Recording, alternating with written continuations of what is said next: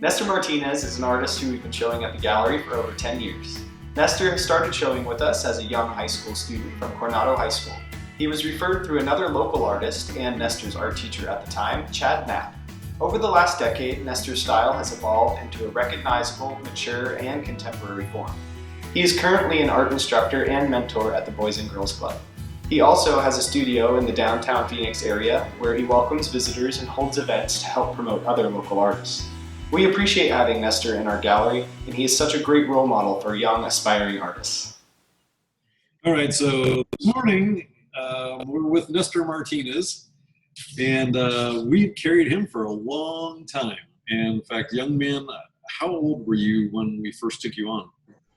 Mr. Knapp must have put some of my pieces when I was a sophomore.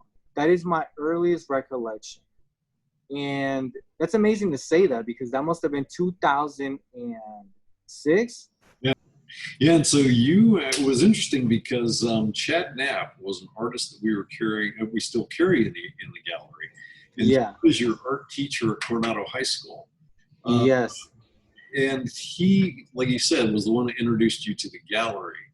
Yes. And I'm kind of curious what you thought of that, seeing your teacher in the gallery.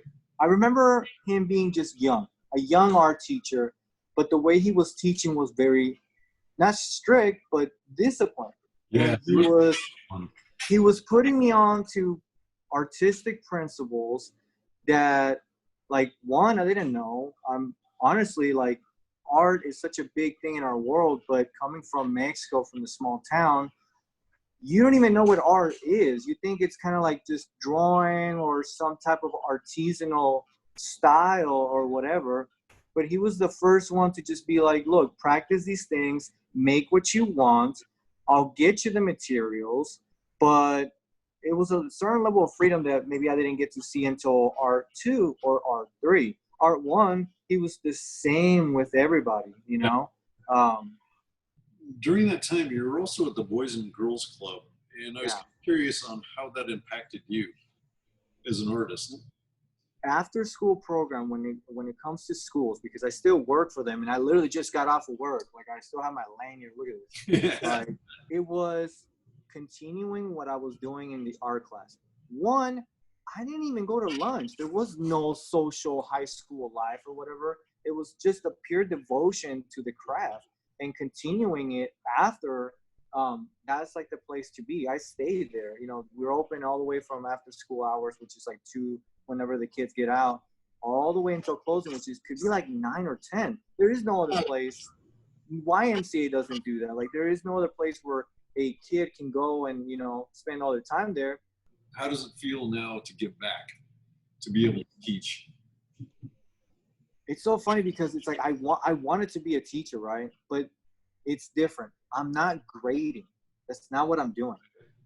My whole focus when I'm with kids is just to get their hands to move, to touch paper, to play with the materials, because those are, I feel, where our ideas are born. I just want to draw with you. You're going to see me draw. I will answer your questions. But I feel like when you're working with kids and art and all that stuff, you yourself can't just be teaching the lesson. You have to perform something at a high level in front of them, and that's what Knapp did. I mean, yeah, he put the lesson and all that stuff. We were busy, but then he would bring out his materials, and he would just start working on an enormous piece, and the joy comes from, you know, sometimes I'll pause what I'm doing. I'll have like a drawing kind of half finished, but I'll start noticing what they're doing.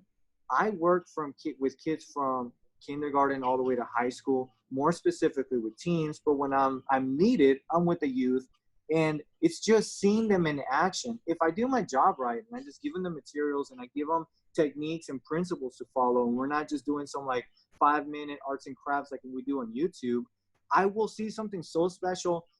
They teach me. Who are and were some of your biggest influences in the art world? One of the biggest things was like kind of like hip hop, graffiti, that street art, people that were doing like cutouts, stencils, like just kind of like this mixed media type of thing that I collaging. Do you think it is important for kids to go to the museums and actually see artwork in person Like now, I want to take my kids just so they can be quiet somewhere.